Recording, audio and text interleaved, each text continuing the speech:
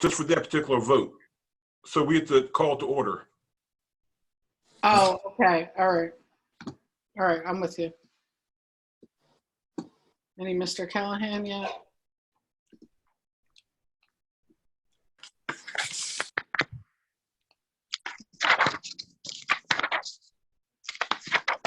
Here we go. Good evening. Welcome to the business meeting of the, the meeting of the whole, July 22nd.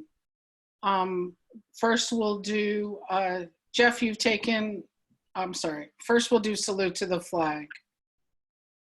I pledge allegiance to the flag of the United States of America and to the republic for which it stands, one nation, under God, indivisible, with liberty and justice for all.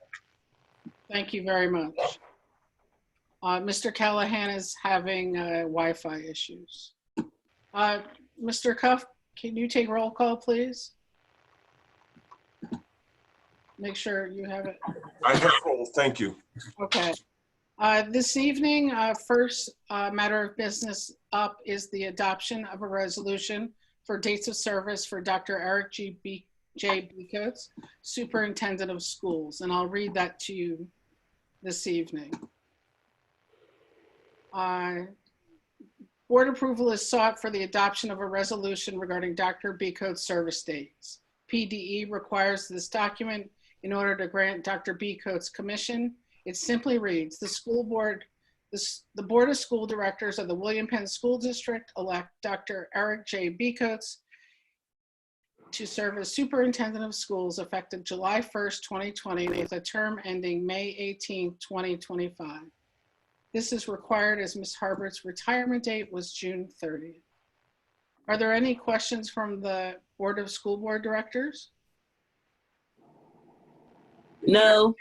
Okay, thank you, Ms. Boykins. All those in favor, please say aye. Jennifer, this is a roll call. Aye. Roll call. Aye. I'm sorry, Mr. Cuff is going to do a roll call. Thank you, Mr. Cuff.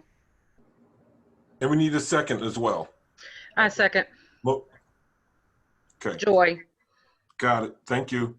In order of seniority, Mr. Wright, Yes. Ms. Richardson, Yes. Ms. Boykins, Yes. Mr. Tong, yes, Mr. Callahan, Yes. Ms. Ivory, Yes. Ms. Henry, Cook Henry, Yes. Ms. Hopkins, Yes. Ms. Hoff. Yes. Motion passes unanimous. Thank you. Congratulations, Dr. Becoats. thank you.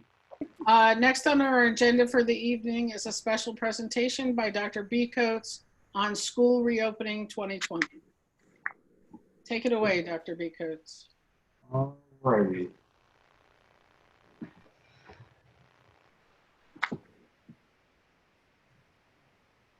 So you guys should see the normal screen that you're used to seeing in terms of a framework for learning, reopening school buildings. Does everyone see that? Thank you, Jeff. I appreciate it.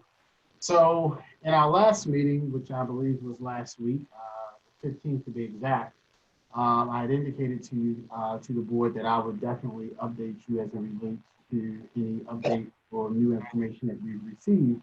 And true to form, we have received some new information, but nothing that will significantly modify the recommendation that we have for the Board of Education. So tonight, I just want to provide some of those highlights. As you will recall, one of our outreach methods were to survey our teachers. And so we have successfully done that. And I'm pleased to share with you that we had about an 89% response rate from our teachers. And so as a result of that, I did want to just provide a few updates in this regard. Again, nothing related to the data has significantly changed. Teachers are still indicating that we do want to have, as much as possible, maintaining a minimum of 6 feet. You can see to the right, if you're looking at this, 1 is not important, 5 is extremely important. Most of the graphs will indicate that most of these items are extremely important. hand sanitizing and washing stations for students and staff, temperature checks for students and staff, and I'm going to talk about that once I go further in the presentation. Maintaining updates and getting information from the Chester County Health Department, again, extremely important. Requiring students to wear masks or other PPE equipment. You'll see the same trend there. Requiring staff to wear masks or PPE equipment. You'll see the same trend there as well. And then enforcing the 30-minute duty-free lunch for members and reducing class sizes to allow for social distancing. And the last two deals with students remaining in the classroom. You still have some variation here with the responses from not important to extremely important. And I think that's more geared toward the level, be it elementary, middle, or high. And then policies for at-risk and help in vulnerable staff members. And so that's something that we're definitely looking into as well. And you can see that that's still extremely important. So I did want to share that with the board as an update because we have received additional responses. We've also continued to receive FAQs or questions. And so all of this information is on our website. Every question that we have received through either email or through conversation or just someone passing it on to us, it has been provided here. So I am encouraging individuals to definitely access this information because we are trying to be transparent as possible and answer the questions that have been presented to us. One of the questions that continues to come up is how do we go about identifying or what will happen if someone is identified as having COVID or susceptible to having COVID. Again, as I stated, there are procedures that we must follow from the Chester County Health Department. And so this is a two-pager that will be provided to all employees and staff within our district and within our schools. And it talks about the process.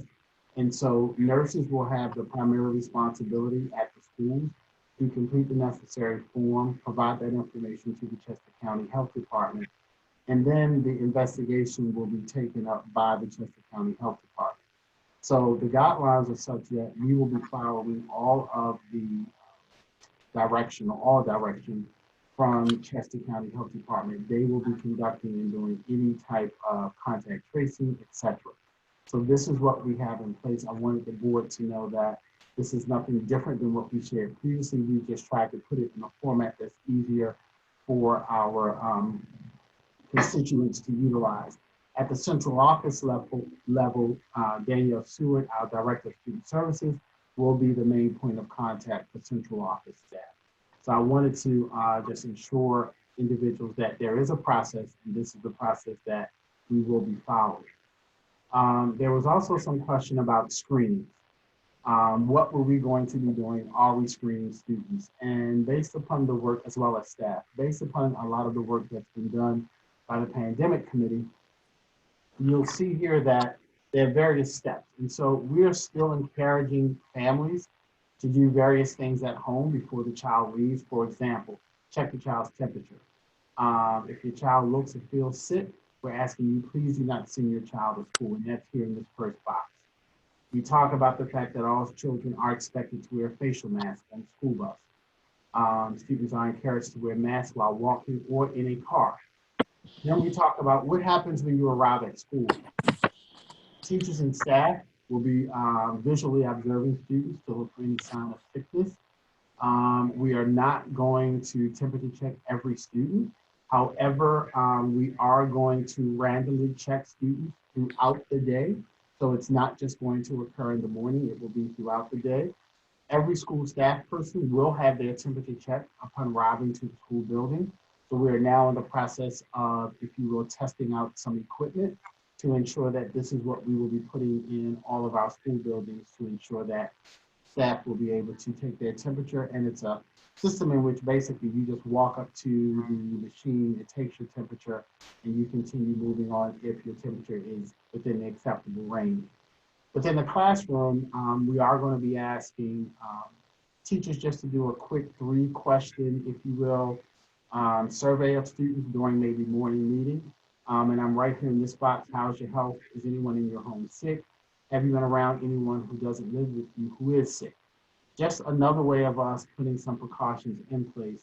And then lastly, the school nurse will have the ability to support students who may give us responses that we want to further investigate.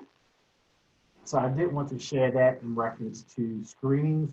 And then there's a process that we are putting into place for visitor screening. And so you will note that this follows the guidelines by the Chester County Department of Health, as well as the CDC.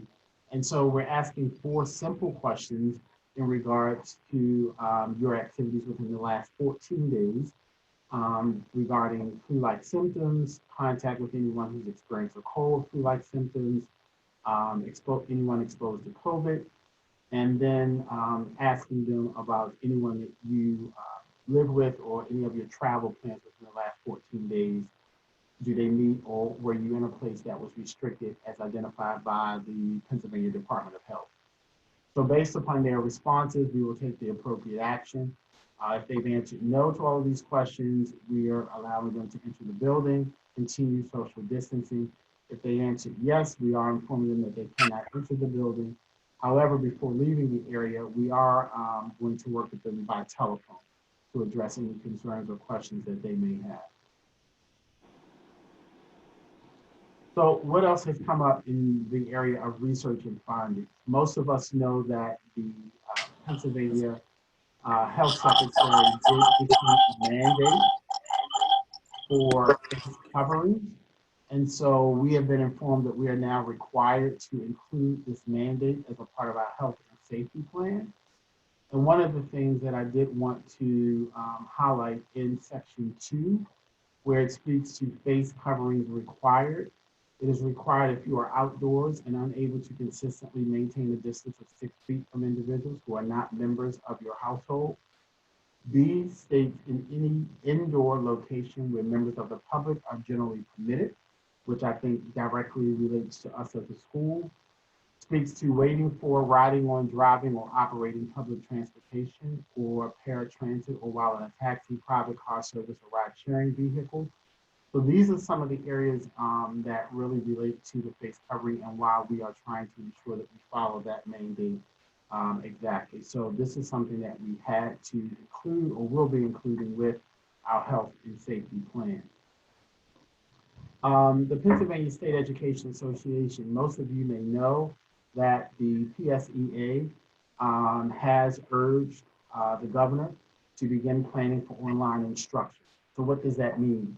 We have not received any direction or further direction as a result of this. So we are continuing to plan as if schools or buildings are going to reopen in September. When and if we receive guidance as it relates to this recommendation or urging, if you will, we will definitely have to come back to the board and revise or maybe revise plans as necessary. But I wanted to let the board know that this did come out since our last meeting last week. And then the last piece is the Pennsylvania Department of Education is requesting that school districts provide a document related to the instructional time that students will be in school, if you will, or being provided instruction, I should probably say. So you'll see here that we will have to include the school year start date, end date, and the total number of instructional days. There has been a conversation around whether or not there's going to be some leniency with the 180 days. We have not heard anything definitive as of yet, but we do know that we can count as an instructional day time that students may be at home and engaged in some type of instructional activity. So I did want to let the board know that this is something that we will have to submit to the state or the Department of Public Education at some point throughout this process. So those are the major updates. I did just want to refresh the board and our community that our overarching principles, and this is nothing different than what was presented previously. We are following the CDC and Chester County Health Department in terms of the physical distancing, keeping sick people at home. We are requiring shields and masks. When we transport students, we are doing the distancing with 2 students to a seat. We're going to continue to rigorously clean and disinfect our high touch areas. We are going to be providing sessions around hygiene, having signs posted, and then we will be providing online opportunities for students who are most vulnerable. I talked about the transporting of students. We are going to continue to provide breakfast and lunch. We are going to be reducing adult visitors in school and the rescheduling of fall events to the spring. We are asking that, each school will then need to also obviously develop procedures to align with the district health and safety guidelines, just given the fact that each school is very different as relates to its layout and physical space. One of the things I do want to highlight in the health and safety plan, and this is a new update that we did receive, the content for the most part has not changed. I'm gonna make it a little bit larger so folks can see. This is just the template that we have received from the state. But what I really want to draw your attention to are two items in the actual document. In the document, it speaks to and it states that with all of the action steps that we identify, it states that in the following tables and asterisk notes a mandatory element of the plan. All other requirements are highly encouraged to the maximum extent feasible. And so you'll note that that is new wording, maximum extent feasible. Previously, it was greatest extent possible. So I just wanted to let the board know that that's the additional guidance that we received. So I just want to show you an example of something that we've had to change in the actual plan. Nothing else has been changed since this was originally submitted to the board. I'm drawing your attention here to page 13, where the requirement states that classroom and learning space occupancy that allows for 6 feet of separation among students and staff throughout the day to the maximum extent feasible. It no longer says to the greatest extent possible. So that was the change that was provided. And so everywhere where we previously had greatest extent possible, it now reads maximum extent feasible. So that was the additional update that we had received from the state. Now, just want to make sure we're clear on the recommendation. The recommendation is that we would have K-6 students on an AA-BB instructional day. All K through 6 students would attend based upon the AA-BB schedule, and that would be determined by last name and family, keeping in mind that we do want to keep our families together as much as possible if they have students going across grade bands, meaning elementary, middle, and high school. That same scenario would be in place for students in grades 7 and 8, students in grade 9, students in grades 10 through 12. One of the things we are making sure is that our special education students are going to receive a free and appropriate public education according to their individual needs. So we're actually looking at, individual student needs and making sure that where those students who have individual needs that warrant them being in school more than 2 days, those students will be in school on the AA and the BB days. And we are ensuring that we provide and we will be communicating with those families appropriately. Now, when it goes to the model of implementation, you may recall that in our previous meeting, we did provide to the board a schedule. And this schedule outlines, for the most part, this is in the month of September, the AABB schedule, with school beginning on September 9th.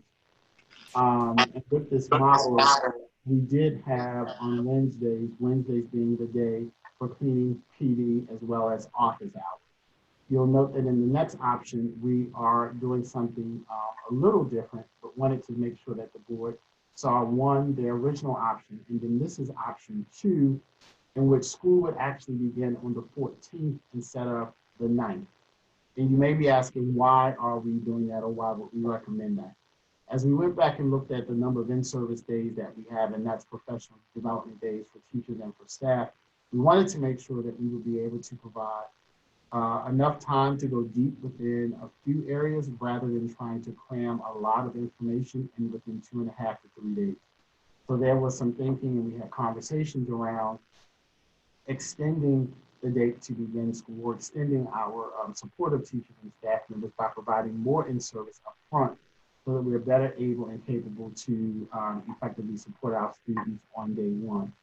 With this model, you will see that we are addressing student support. So there will be times of the day on the 16th where teachers are working with students. Obviously, we're going to have PD where we can, and cleaning will continue to occur. This option continues to provide consistency for families in that families will know that these are the 2 days that my students are in school, and these are the 2 days that I know that my students are not in school. So this is a consistent calendar. What we've tried to do with this calendar is also make sure that when we have in-service days, we utilize those in-service days on Wednesdays, not to negatively impact the number of days that students are in school. In the month of November, we weren't able to do that, obviously, on November 3rd, because that is an election day. And so that will still service as an in-service day as listed. And then we just take this calendar through the end of the semester. What you'll find with this option, and both options are the same, is that we do have, for the most part, an equal number of days for students, regardless of what group you're in, either A or B. And so that was something that we wanted to examine as we went through this process. So the major difference is that in option 2, the school year is starting a little bit later to provide additional training and support. In option 1, it starts with the current date that we have in our calendar of September the 9th.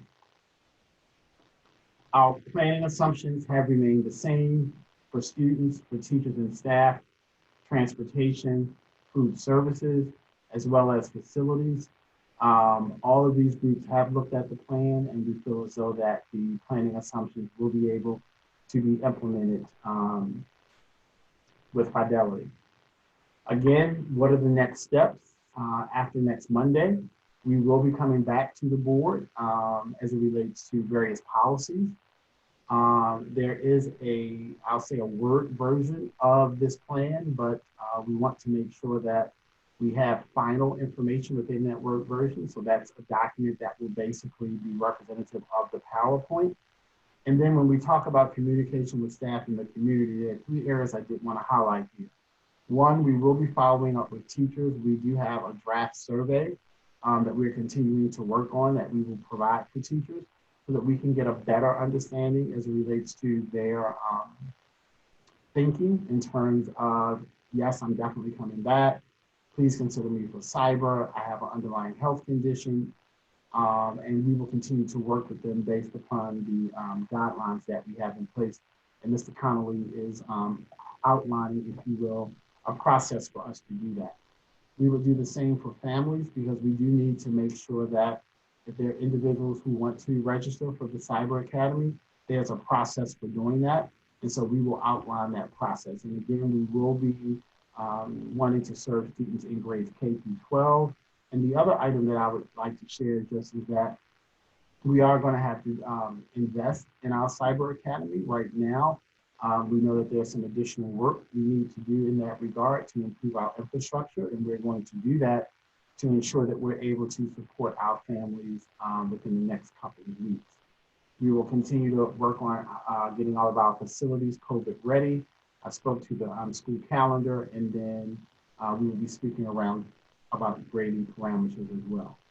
So board members, I did want to take another opportunity to provide you with the update. These are all of our meetings that you're well aware of, with the 29th listed. Tomorrow, we are continuing and having our last advisory committee meeting because we do want to get parents' feedback and input. There may be some information that we receive that we need to share with the board based upon our parent thinking, and I do want to engage them in that discussion, and then we will be ready for our meeting on the 27th. So that concludes the update for tonight. I'm going to take the share off, and we can have questions and discussion. Thank you, Dr. B. Coates. Do any school board directors have any questions for Dr. B. Coates? And then I will go to the attendees. Not at this time. The one question I had, Dr. B. Coates, was from our education meeting when one parent had suggested for us to look over the change in days. If you remember that question, I just wondered, was that looked at?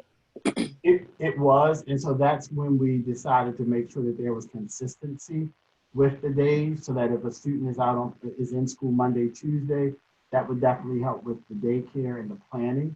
And so that's what both of the calendars do. They address that need. Yes, Ms. Boykins, that is in the new document link that Ms. Bookman's provided up in chat. No, I do have that. I just wanted to make sure that that parent's question was addressed. Yeah. That's all. Thank you, Dr. B. Coates. Thanks. Sure, you're welcome. Any other board members have any questions? I have a question in regards for transportation. I know last time we spoke, we were speaking about transportation in terms of having the flex schedules. Have any changes been made for how transportation is going to work? For that case? I'm sorry. What was the last part of your question, Ms. Ivory? I apologize. No, I'm sorry. It was just if the transportation is still the same, or were there any changes that had to be made in reference to the different scheduling? Right. Well, for this plan, as of right now, there were no significant changes that needed to be made. And Mr. Cuff, please chime in if I missed something, but given the meetings that we had with the committee, the thinking from transportation was that this is a plan that we could support, maintaining the same, for the most part, the same routing, because you're talking about half of the population of students. So Jeff, please chime in, or Mr. Cuff, I'm sorry, please chime in. You're exactly correct. It's the same plan that we had before, and actually it's actually a little bit better now the way it's set up as far as scheduling our students as well as the non-public students. Okay, great. Thank you.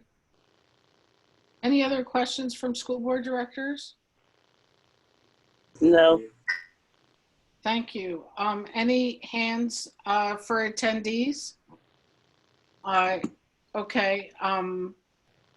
Can you Hi, go on, Marie Louise? thank you. This is Marie Louise Faber. I'm a parent at Ardmore Avenue.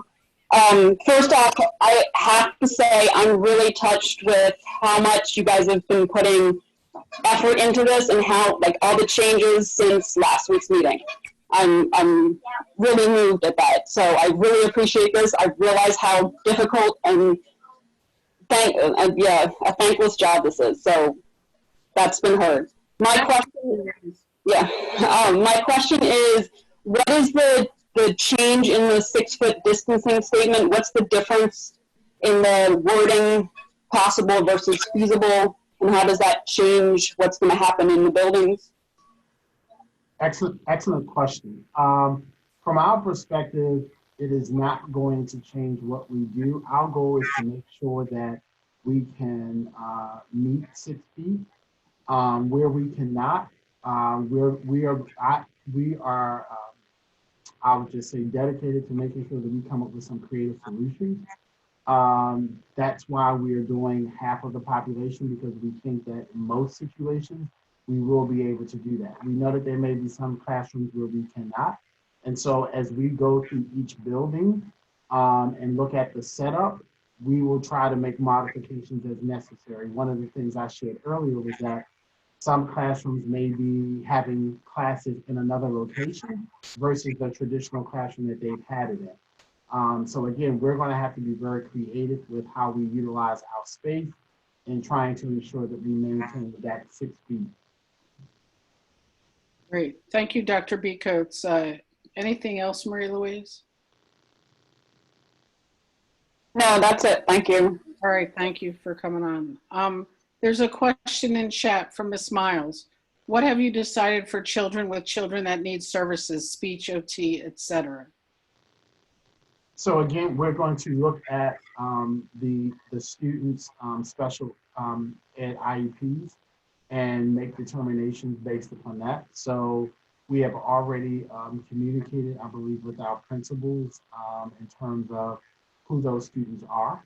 We will follow up directly with those families and provide them with a specialized letter to address the need for their children to be in school for at least 4 days. So those students will be coming on the AA and the BB day.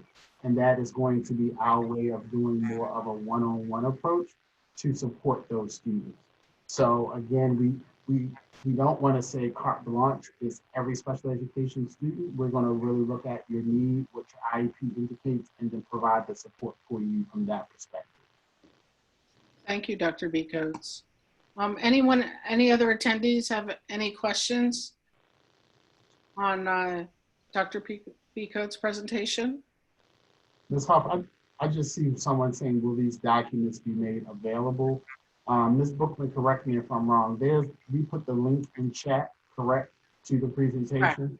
Yes. Okay, all right, I just wanted to make sure. And Okay, I thank just- you. Yeah, and I just repeated the link, Okay, knowing that if people come in late, they don't see the chat Gotcha. information above. gotcha. Thank you.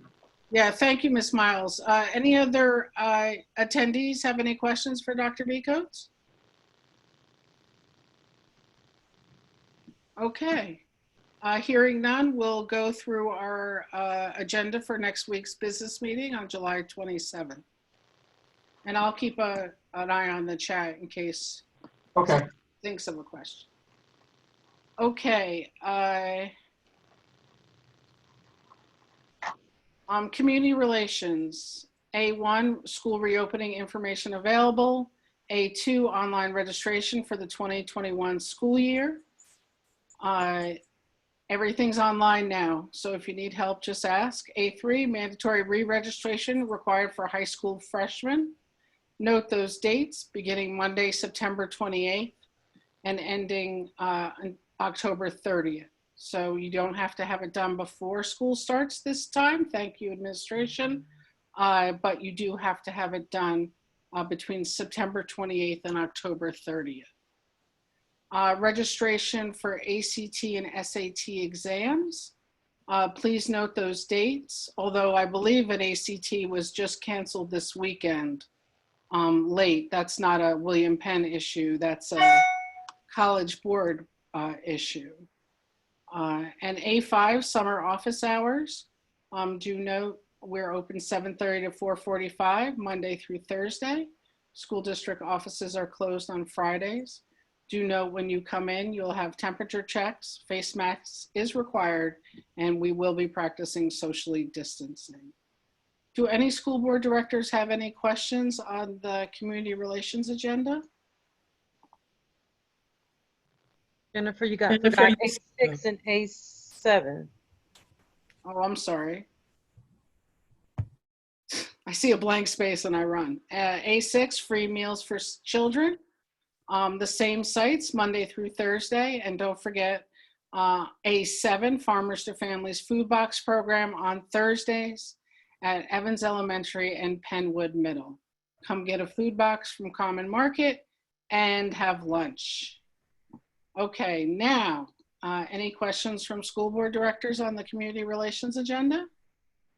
I don't have any questions, but I just needed to say that the Common Market is doing a phenomenal job in providing the fresh fruits and vegetables. And I don't know who we can thank, but I really would love to thank them, because especially my seniors that I'm making deliveries to that can't go out in this heat, you know, they are so appreciative to get those fresh fruits and vegetables. And you know, parents, if you are on this Zoom, I would highly recommend that you go get your, get a box, because it is really a phenomenal gesture that they're doing for our district. Thank you. Thank you, Ms. Hopkins. And that was a connection from Senator Tim Carney that came through his office. Okay, any questions from the attendees on the community relations agenda?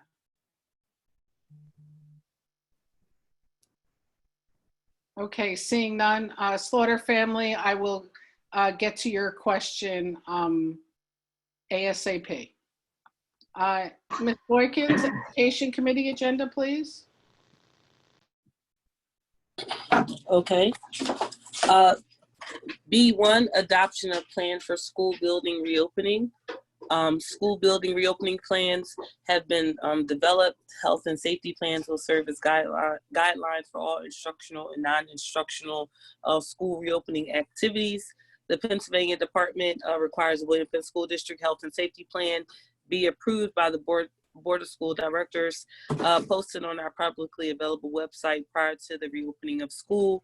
The motion is to adopt the William Penn School District State Health and Safety Plan for the 2021 school year for submission to the Pennsylvania Department of Education by August 14th, 2020. And also to adopt the William Penn School District Pre-K 12 Athletic Health and Safety Plan for the 2020 school year for submission to the Pennsylvania Department of Education by August 14th, 2020. B2, Skills for Success course at Penwood High School, Green Avenue campus. The Superintendent and Education Committee, in alignment with the EBS proposal and best practices, recommend the creation of Skills for Success, a 1-credit high school course, in addition to targeted academic and behavior support for students requiring a greater level of emotional support and behavioral support for students. Emotional support. The course will utilize in social and emotional learning curriculum aligned with the collaborative for academic, social, and emotional learning. It's a five course competencies: self-awareness, social awareness, self-management, relationship skills, and responsible decision-making.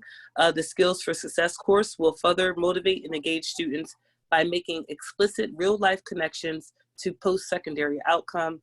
This is a year-long course.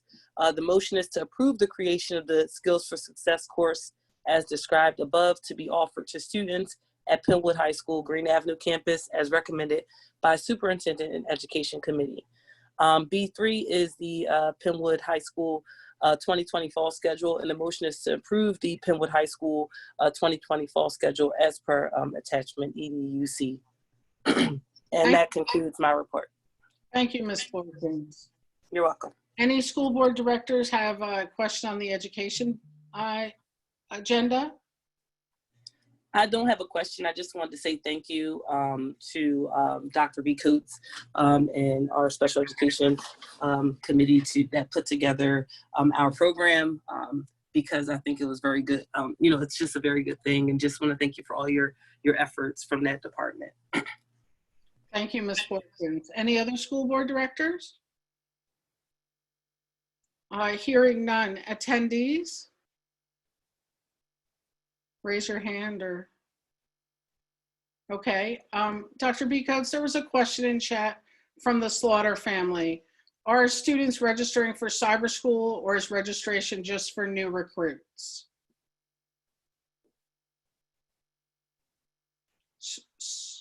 So the registration we discussed in community relations is for new recruits, and I believe you will announce a date for parents to apply to our cyber academy. Correct? I'm sorry, I was muted. Yes, that is correct. Okay, I can tell by your head nod, but it's better if people hear your voice. Okay, thank you, Slaughter family, for that question. Mr. Wright, Personnel Committee, please. Thank you. Resignation professional staff. Cynthia Holland, cyber school teacher, effective July 24, 2020. Ms. Holland has been with the district since March the 29th, 26. To C2, to rescind the appointment of professional staff Laura Mallory. C3, appointment professional staff. B, support staff Elizabeth Dorothy. C, band camp August 3, 2020 through August 14, 2020, $10 an hour. D, summer program for credit recovery virtual June 23rd to 2020 through July 23rd and 2020. Position are as needed as dependent on student enrollment. Teacher, $2,500 stipend for Randy Carpenter. Summer curriculum work 2020 through August 2020, $25 an hour Title I funds. I do have a question. I spoke to Mr. Conley today in regards to rescinding the appointment of Ms. Laura Mallory. I'd like for him to explain to the board and to attendees what that means. Yes, Ms. Malloy had been on a previous agenda as accepting an appointment with the William Penn School District as an English teacher. She contacted me and has a medical condition, and she does not want to a chance, risking any situations that might come up because of the COVID. So she is withdrawing from our district as well as where she's teaching for a year or two. And we have since subsequently refilled this position. It's on the agenda as an appointment. But we needed to just let the board know that the appointment that they approved at the prior board meeting, we needed to rescind that based on the request by the candidate that she's taking some time off due to some medical reasons. Thank you, Mr. Conley. Any other school board directors have any questions? Hearing none. Do any attendees have any questions? Would you like to raise your hand?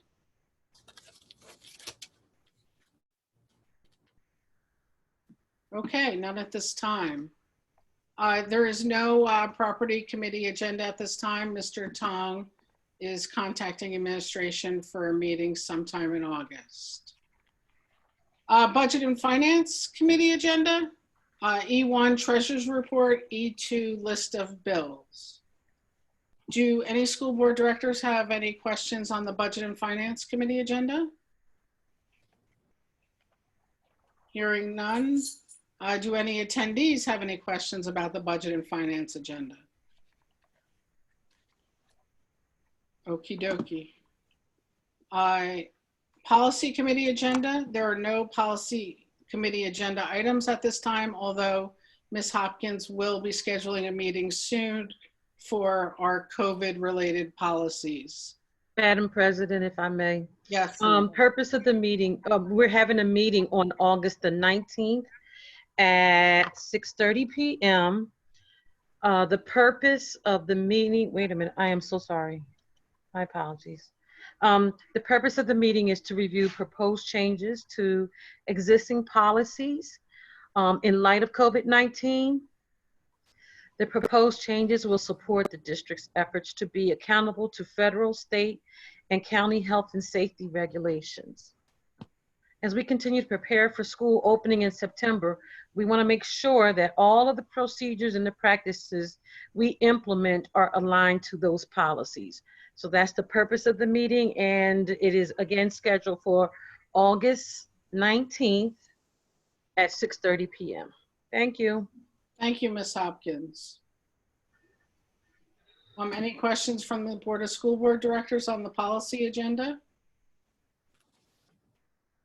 Hearing none. Any questions on the Policy Committee agenda from the attendees? Okay. I believe that is all for this evening. Have I left anything out? No. Great. May I have a motion to adjourn? So move. Second. All those in favor? Aye. Aye. All right. Be well, Penwood family, and wash your hands and mask up. Have a nice night, everybody. Thank Good you. night. Good night, everybody. Night. Good night, everyone. Good night, all.